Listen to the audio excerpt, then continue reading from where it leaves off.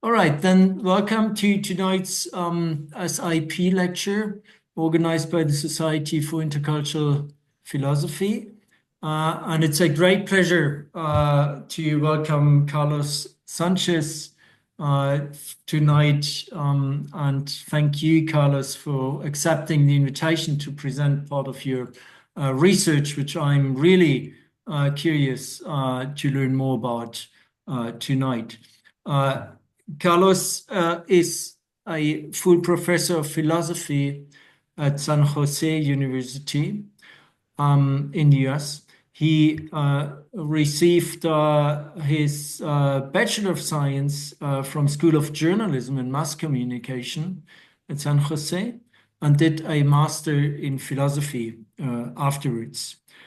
He was awarded his PhD in philosophy from the University of New Mexico in Albuquerque, and then returned to San Jose University again.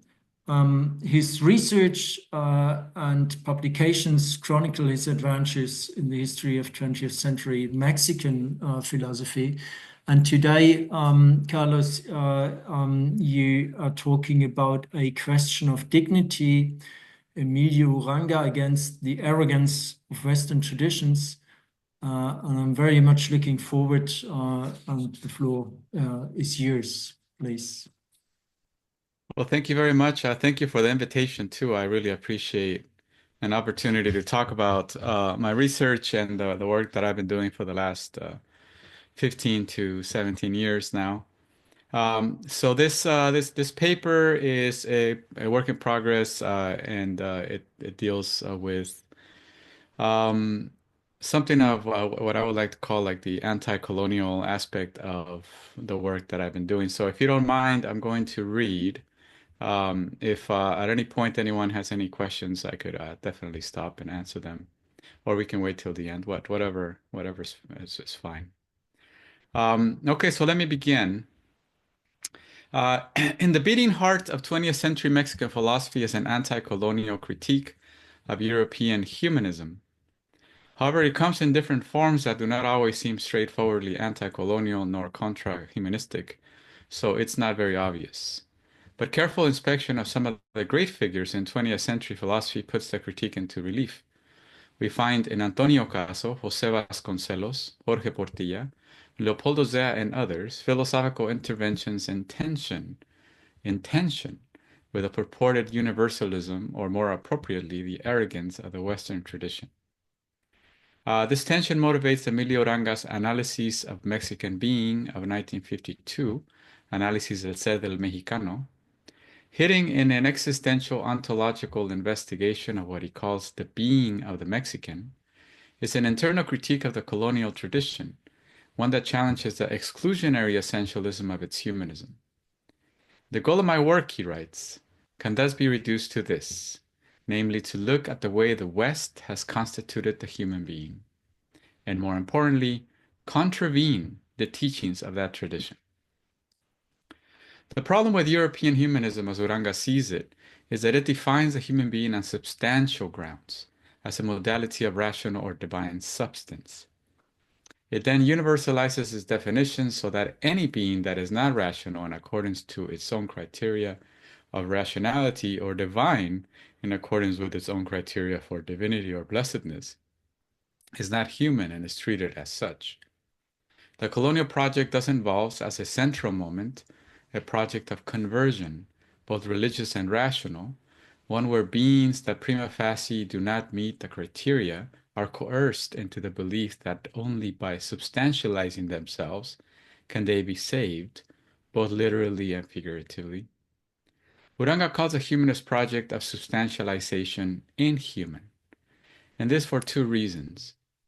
The first, on account that there is nothing about the human experience in the concrete that justifies the possibility of becoming or being substance, and second, on account of its exclusionary force, which leads ultimately to the inhumane treatment of those who do not meet its criteria. Uranga's critique of the tradition as exclusionary and inhuman follows the existentialist insight that essences are impositions on experience. that experience is primary and not always obedient to the universalizing demands, and that after Heidegger, existence is in each case mine and non-transferable.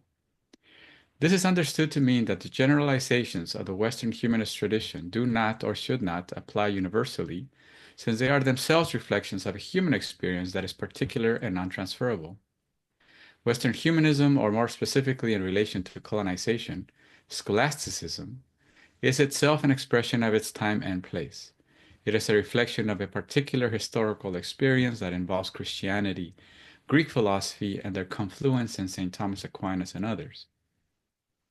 In this way, the universalizing colonial criteria for humanity found in Western humanism of the mid-16th century reflect a very European universe.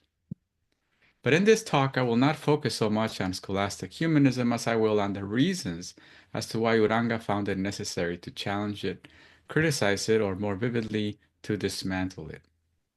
Uranga's reasons involve the fact that in Mexico, humanist concepts like humanity and dignity has shaped the way Mexicans, or more specifically the indigenous peoples of Mexico and their mestizo descendants, have been conceptualized and treated by the Europeans and later Anglo-Americans, and eventually the way Mexicans treat themselves and each other.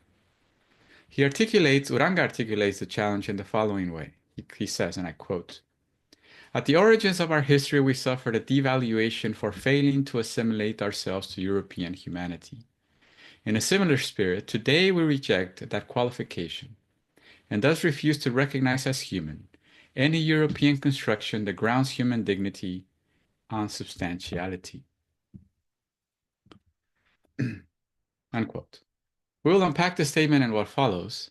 What is clear from the start is that what Uranga rejects are those European constructions, or those concepts, notions, and ideals that are violently deployed against difference. Conceptual constructions that have sought and oftentimes forced an uncomfortable fit between European prejudices and American reality. I will begin at the beginning with an introduction of Aristotelian scholastic humanism into Mexico, which is the means whereby the tradition smuggled in its European constructions.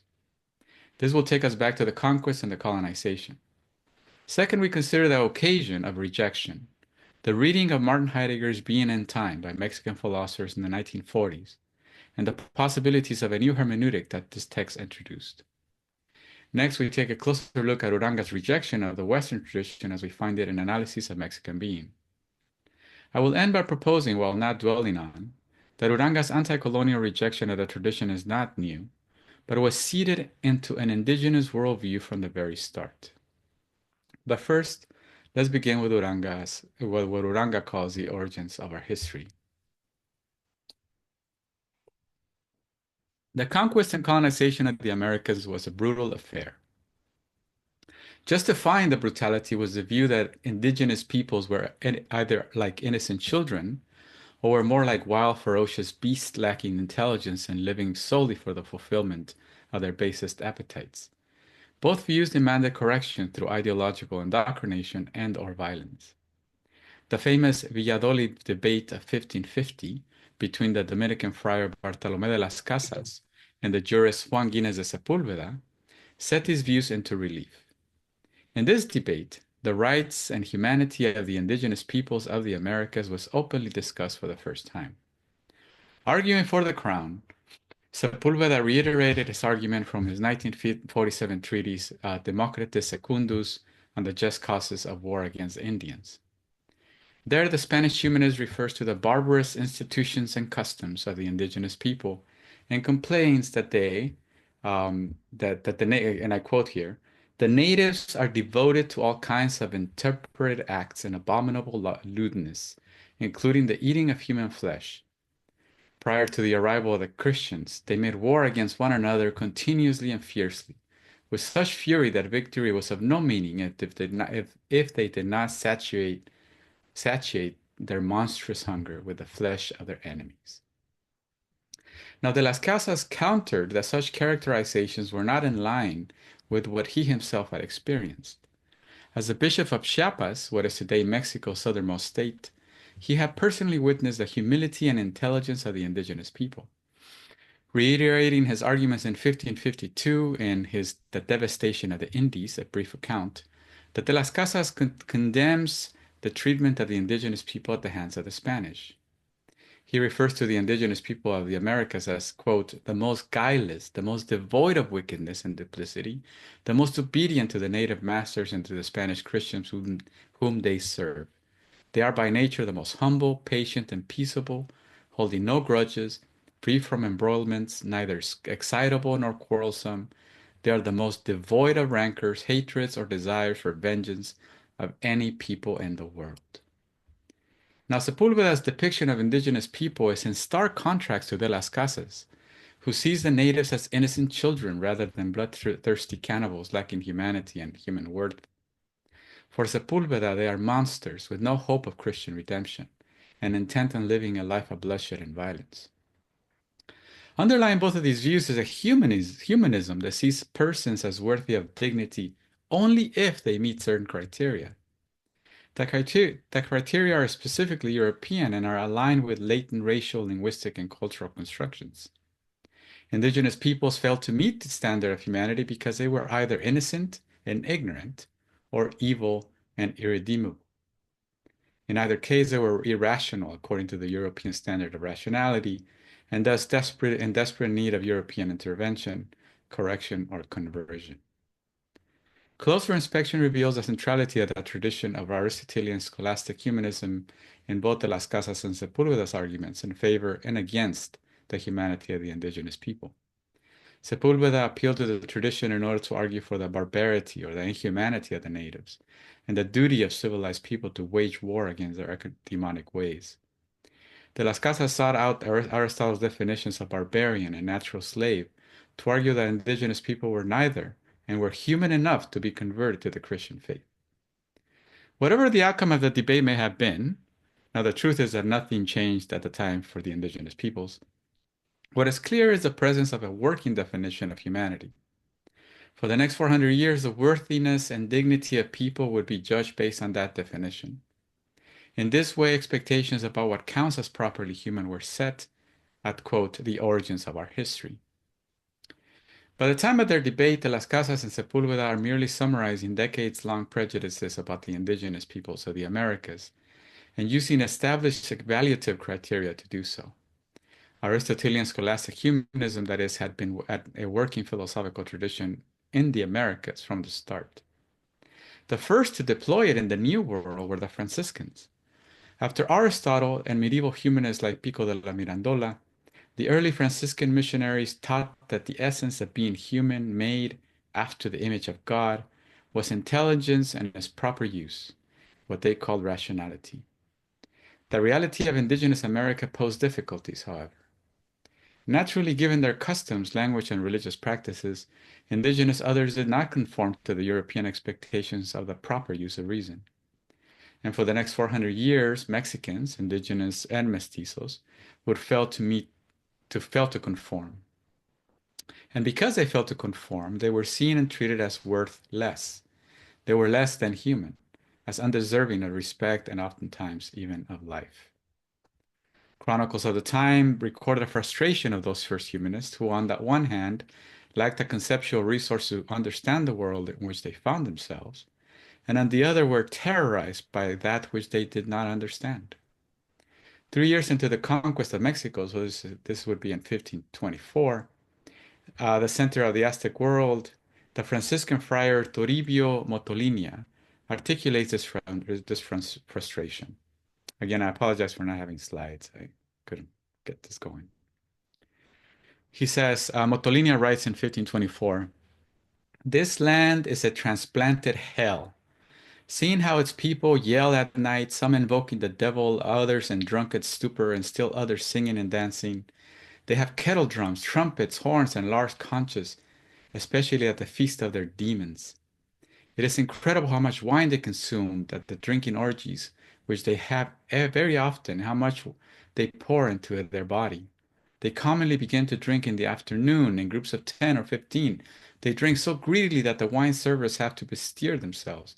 And so meager is the food they eat that they are already by nightfall they are losing their senses. now falling to the ground and lying quiet, and again singing and calling up the demon. It is very pitiful to see men, created after the image of God, becoming worse than brute animals. Unquote. Evident here is a devaluation that will catch Uranga's attention centuries later. Clearly, Motolinia sees the potential of the natives to live up to their essence of children as children of God. But their culture, their behavior, their rituals, their demons, and their traditions prevent this. This devaluation of humanity to that of demon-loving drunkards and brute animals thus happens very early. It is at the origins of our history. For the earlier humanists, the challenge is set then, to replace irrationality with rationality, paganism with Christianity, and thus afford the brutes an opportunity to be properly human and thus be converted. By being converted. After the Franciscans, Dominicans, and Augustinians flocked to Mexico, establishing churches and schools to take up this mission. The Augustinian friar Alonso de la Veracruz establishes the very first college of advanced studies in the Americas in a place called Tiripiteo, a small town in Michoacán, Mexico in the early 1540s. There he offers the very first philosophy class anywhere in the New World in 1542, establishing Tiripiteo as a cradle of advanced studies in the Americas. It is in these classrooms where those European constructions that Uranga rejects begin a process of transference from the European to the Mexican mind. The picture of the human presented by this tradition is the official picture. In their drunken orgies and pagan rituals, indigenous people exhibit themselves as radically other to this picture. Although he was a fierce defender of the rights of indigenous peoples, believing they could be as intelligent or rational as any European, de la Veracruz and later de las Casas interpreted the world through this official picture. This picture, however, carried a more nefarious set of beliefs, including the belief that in their present being, indigenous people were worthless. This belief then translates to the idea that indigenous peoples and later mestizos must be trained, domesticated, converted into better versions of themselves.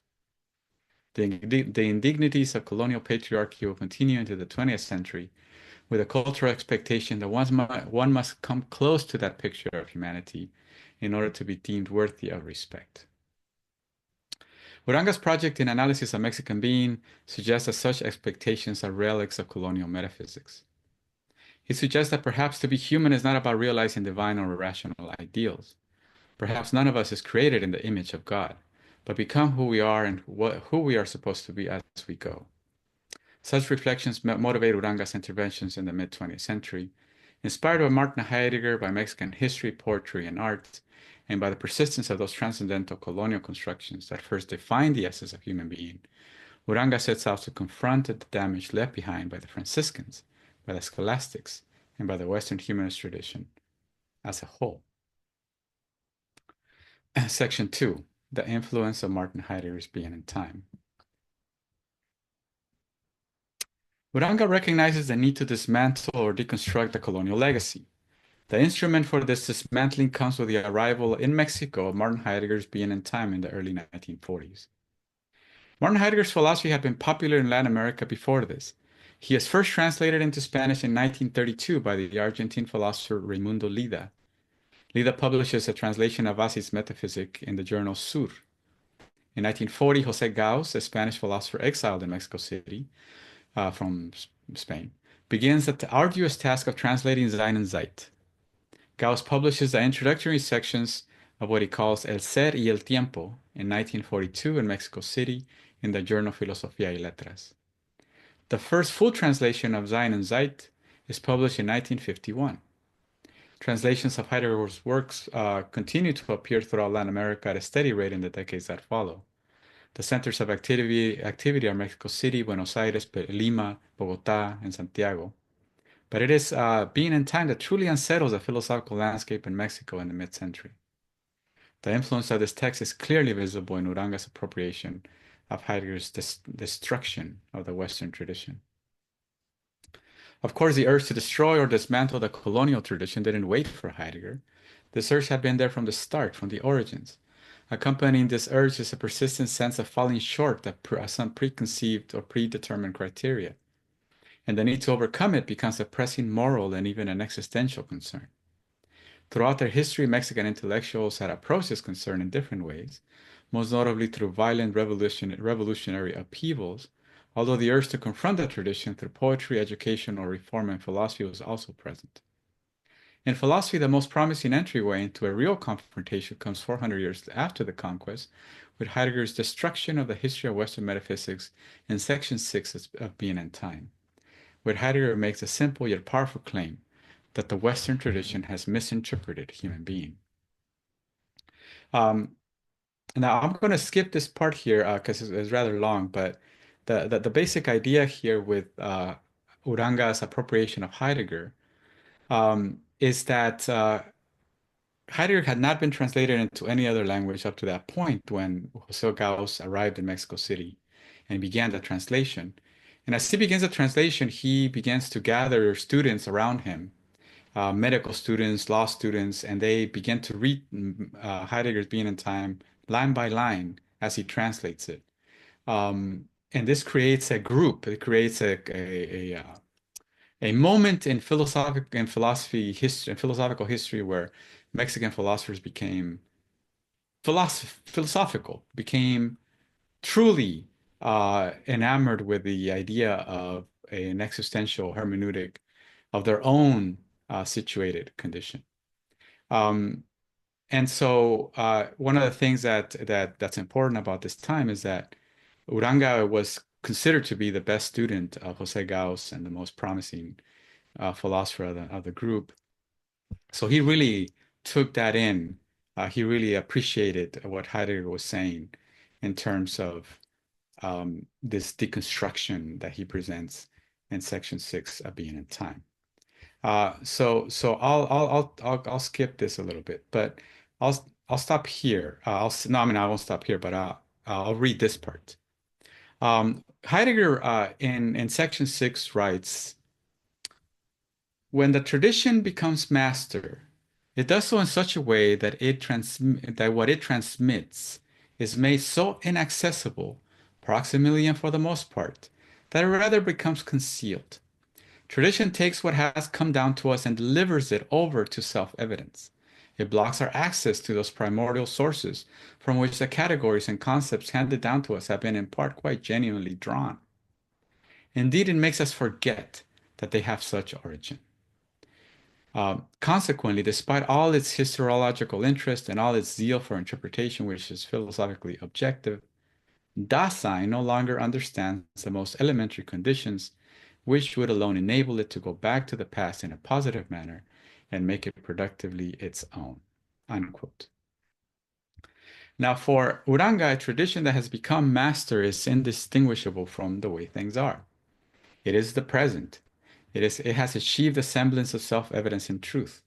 Its interpretations are objective or universal. Now, such is the case with the Western tradition and its colonial modalities. Successive generations recycle through it, forgetting in the process that there are ways of being that are excluded by its universalizing criteria. The tradition is the present, and the tradition is at the same time forgetfulness. So I'll skip that now to section 3, Uranga's analysis of Mexican being. Uranga takes up his own destruction of the tradition in section 2 of his analysis of Mexican being, published in 1952. However, I myself translated this text and published it in 2021. So it's available to purchase if you're interested in Uranga's full philosophy. Uranga's aim is straightforward, to offer an existential analysis of Mexican existence, and in the process contravene the traditional assumptions about what it means to be human. The reason as to why the Western tradition requires contravention is simply this. For over 400 years, this tradition has justified the dehumanization of peoples and that failed to meet its own historically and culturally informed criteria of what it means to be human. Contravening or violating or dismantling or deprioritizing that particular tradition means that different modes of being human, different traditions, can claim for themselves dignities previously withheld. The tradition that Uranga now seeks to contravene is indistinguishable from the project of colonization. It is a humanistic tradition that, at the origins of our history, justifies dehumanization on the basis of perceived dissimilarities between the colonizers and non-European others. Theoretically, it set the bar of human worthiness at the level of substance, understood as on scholastic and Aristotelian ground. The closer to substance a being was, the more human, and the more human, the more respect afforded. Inspired by the Heideggerian destruction, Uranga rejects the criteria used to measure human worthiness, which he suggests reflects the ideological superstitions of the West. These superstitions ignore reality, but specifically and particularly Mexican reality. The superstitions of the Western tradition reflect entrenched ideological commitments. These are commitments to conception of the human being based on either rational or religious criteria. Such commitments furthermore justify conceptual constructions that exclude and separate beings according to the Aristotelian categories of substance and accident.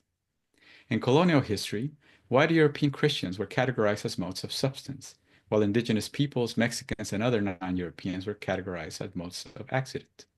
The former were taught to possess innate, God-given human worth, while the latter were deemed as historical accidents, afterthoughts of colonization, and lacking in worthiness.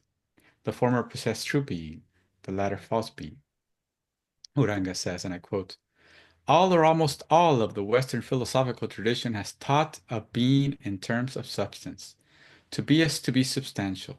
The accident is but a shadow of being, a quasi-being. Uranga's contravention of the tradition seeks to invert the valence of the categories, whereby proximity to the accident is true being, while proximity to substance is quasi-being. Uranga's point is that beings that are mere substance, dependent only on themselves, resembling their essence and their ideal, are farther removed from concrete existence and are thus literally less real. On the other hand, beings that are accidental, determined by time, place, and history, and subject to death and extermination, are closer to concrete life and are thus truly real. Uranga's contravention is occasioned by what Heidegger says in Being and Time about Dasein, that it easily, quote, falls prey to tradition. The early Franciscans, Dominicans, and Augustinians, through whose teachings the humanistic criteria for human worthiness is first introduced, likewise fell prey to the tradition. In their teaching, Uranga says the human being is thought to be substantial like his creator. This follows a colonizing pattern. Quote, everywhere we notice a radical tendency for substantialization on the part of the Western philosophical tradition. Man is on this historical account being for substance, being that must make itself substance. Uranga's point about the colonial tradition echoes Heidegger when he speaks of the profound extent that medieval ontology influenced the way in which posterity determined or failed to determine the ontological character of the res cogitans. That's a quote. Uranga's contravention is aimed specifically at the tradition that informs him as a 20th century Mexican.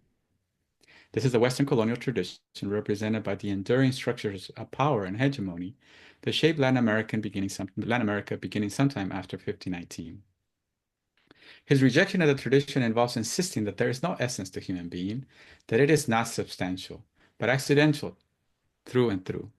The substance is an ideal of the tradition.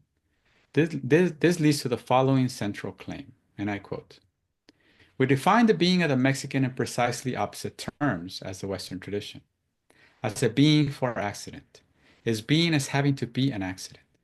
Due to our historical situation within the Western tradition, it appears comprehensible, as an idea belonging to that tradition, that man must become substantial. But we affirm that man must accidentalize himself, which means that the being of the human being must be made, or it must made to appear as a project.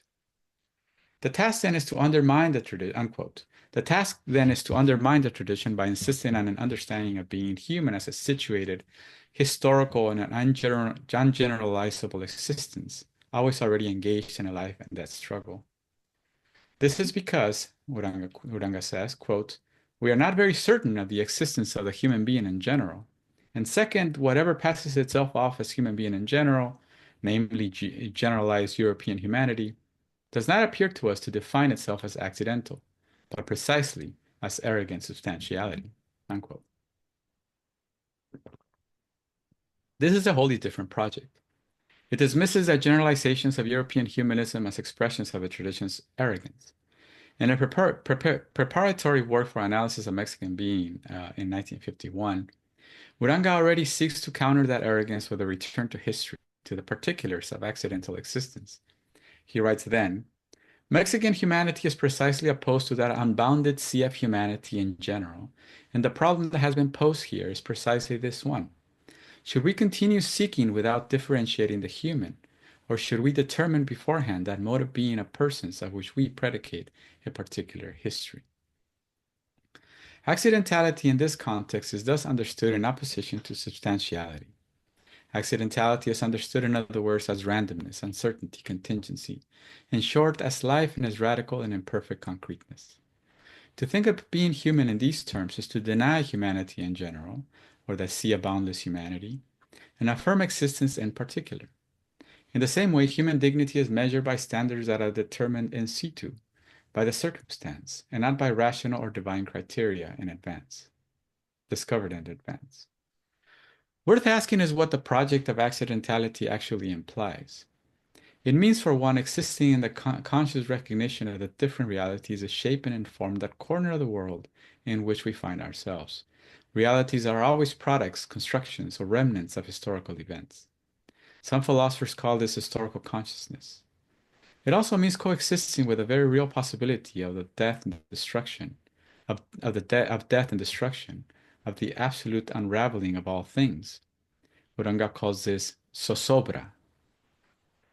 It means, moreover, accepting powerlessness and ungroundedness as a basis of human authenticity, and he calls this nepantla.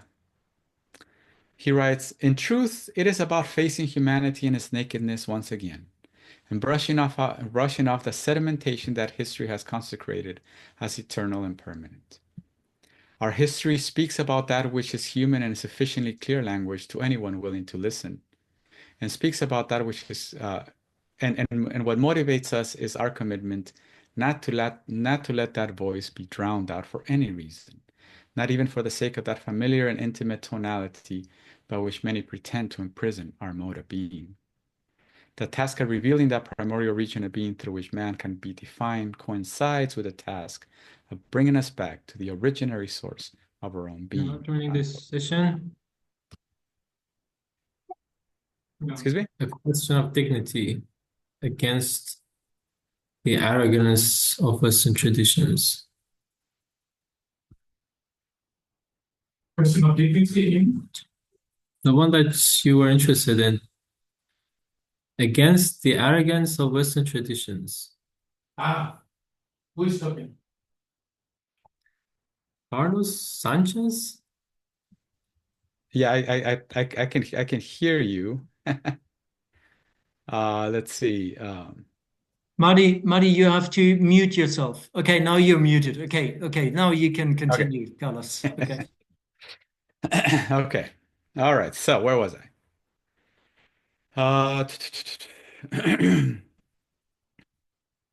Let's see. Okay, so I'll continue where I left off here. In short, the substantialist humanism of the colonial period is replaced with a project of accidentality that itself requires facing humanity as it is. It demands digging into reality past the eternal and the permanent, or the substantial, and landing on our history. The digging itself is the project. Needless to say, the project of accidentality will be uncomfortable. Facing humanity in its nakedness will be uncomfortable. Rejecting colonialism will be uncomfortable. But it must be done for the sake of authenticity. Any distancing from being as accident, writes Uranga, implies a certain effort at substantialization, and all proximity to being as accident implies a certain effort at accidentalization, unquote. So we must get closer, not further from our accidental being. We must forego a, quote, happy state of ontological innocence, which is inauthenticity, unquote, and seek liberation from the tradition by focusing on the present as a source of orientation. Even if, he writes, quote, there is a distancing from a manner of existing that has already become comfortable, unquote.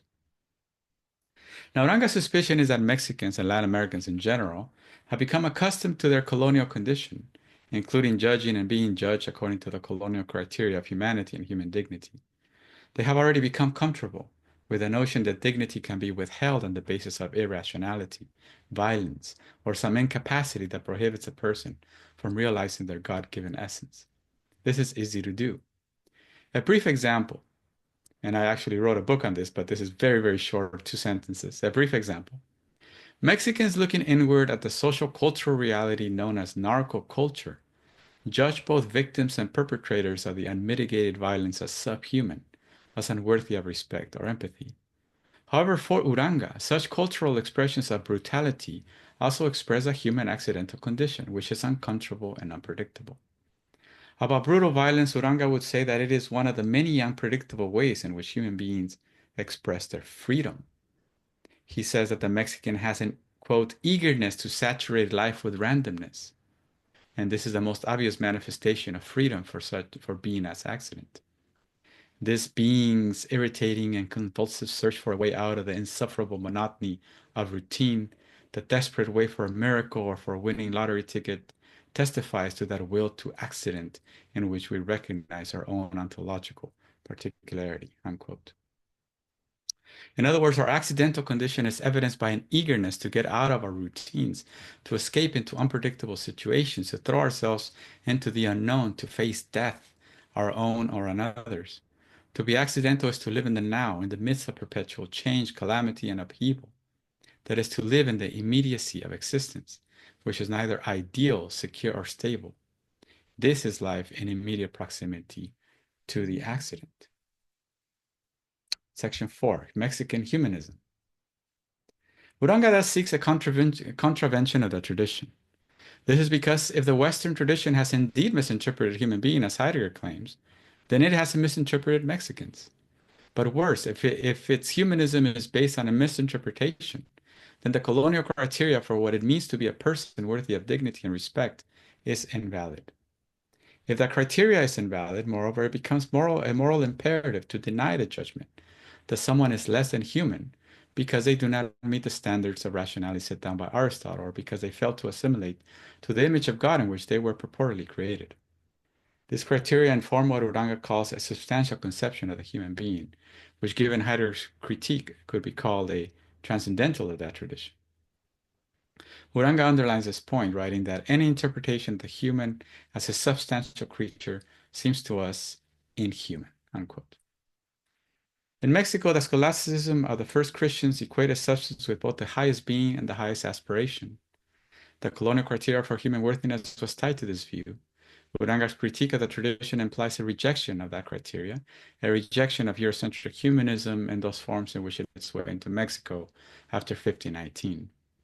Pico de la Mirandola's positive picture of human dignity as a realization of a divine gift is replaced with a picture of human dignity tied to struggle, sorrow, fragility, vulnerability, and Uranga says that imperative to accept a tragic destiny, what Miguel de Unamuno once referred to as the tragic sense of life.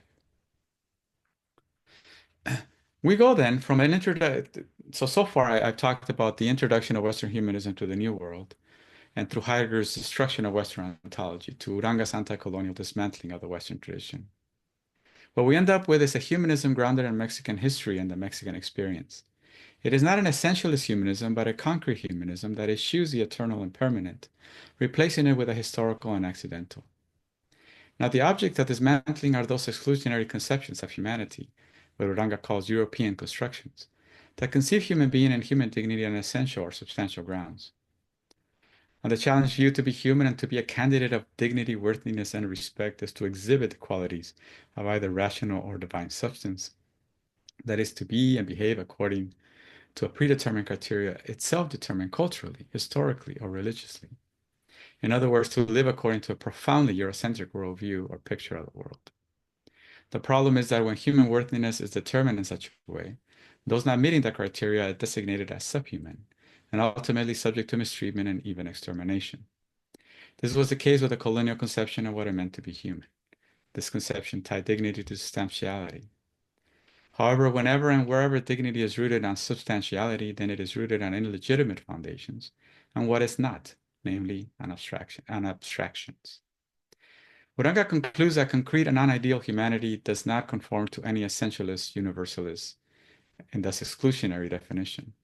that human beings are not substantial in the way that the West has claimed, that to be is to be undetermined, transitory, and accidental. Okay, conclusion.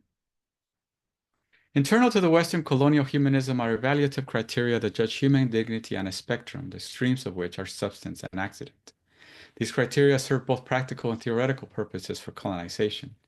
As a theoretical tool, it justifies the conceptualization of original peoples as savages and barbarians given their cultural, social, and religious practices.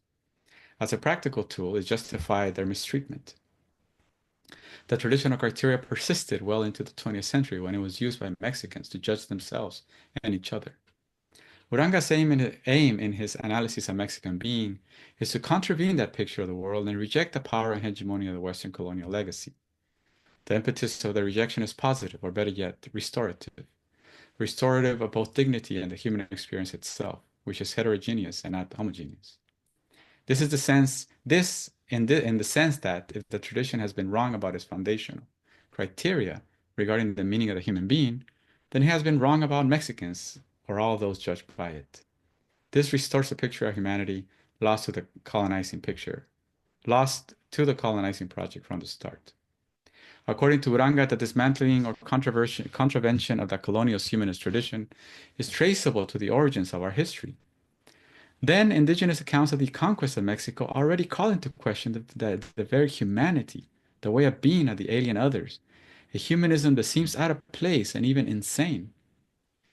While the early evangelizers, the Franciscans, Dominicans, and Augustinians insisted that their way of life modeled a true humanity, godliness, and rationality, what they actually presented or represented seemed alien and anti-human. An early account goes as follows. This is an account from an indigenous source. These poor men have to be ill or insane. Let this miserable people yell. Their madness has taken hold of them. Let them stay and manage their madness as they could. Do not harm them. By the end of the day, these and the rest of them will die from their madness. And have you noticed how these men at midday, midnight, and sunrise, when everybody rejoices, they yell and cry and complain? No doubt that they must undergo a serious illness. They are senseless, since they do not seek joy and pleasure, but sadness and loneliness. 400 years later, Uranga, fueled by the fervor of existentialism, picks up the observation regarding the inhumanity or life-denying nature of the Western humanist tradition. Now, none of this means that we should now discard the concept of human dignity as we understand it. We should, however, discard the criteria used to judge it. Uranga proposes that judging human worthiness is not something that can easily be done without predetermined criteria. But human existence is accidental, defined by anxiety and apantla. There is simply no way to hold its essence firmly in hand. Thank you.